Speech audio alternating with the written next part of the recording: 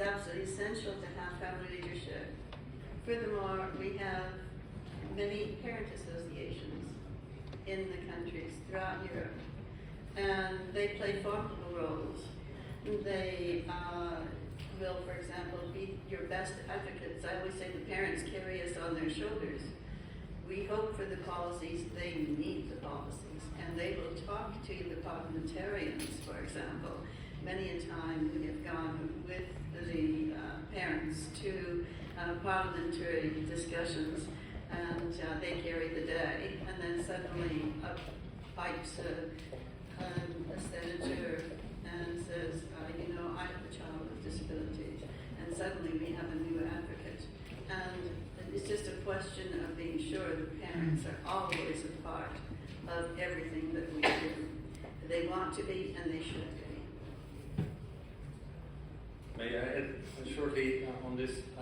Yes, this is, I fully support again what Emily was just mentioning, and I can underline it with the example we have in Ukraine, where we, from the beginning of the process, we have involved parents organizations. We even were able to develop a parents movement on ECI. Not all of the parents were beneficiaries of ECI, but they were parents of disabled children, and they understood that when they heard about ECI, that they really missed something fundamental in the first 3-4 years of the life of their baby with some kind of developmental problem or disability.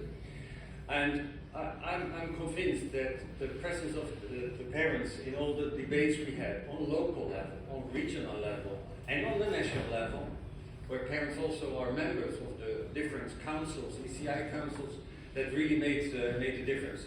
And of course, indeed, ECI is about parents, empowering parents.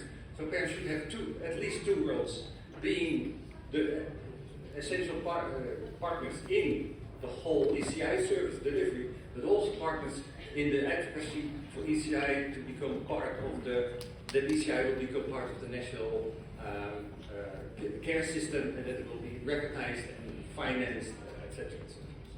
Yes. If I could just, one little additional point on that.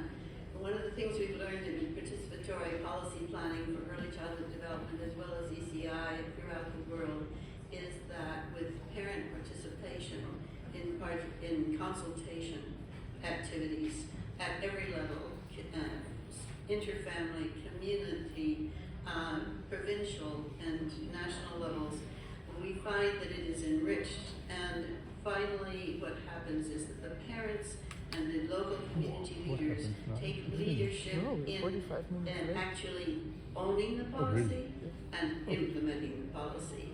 I did a research study on countries where they had used participatory policy planning techniques. We found out in all of them, not only did they implement their policies, they began implementation before the policies were formally adopted.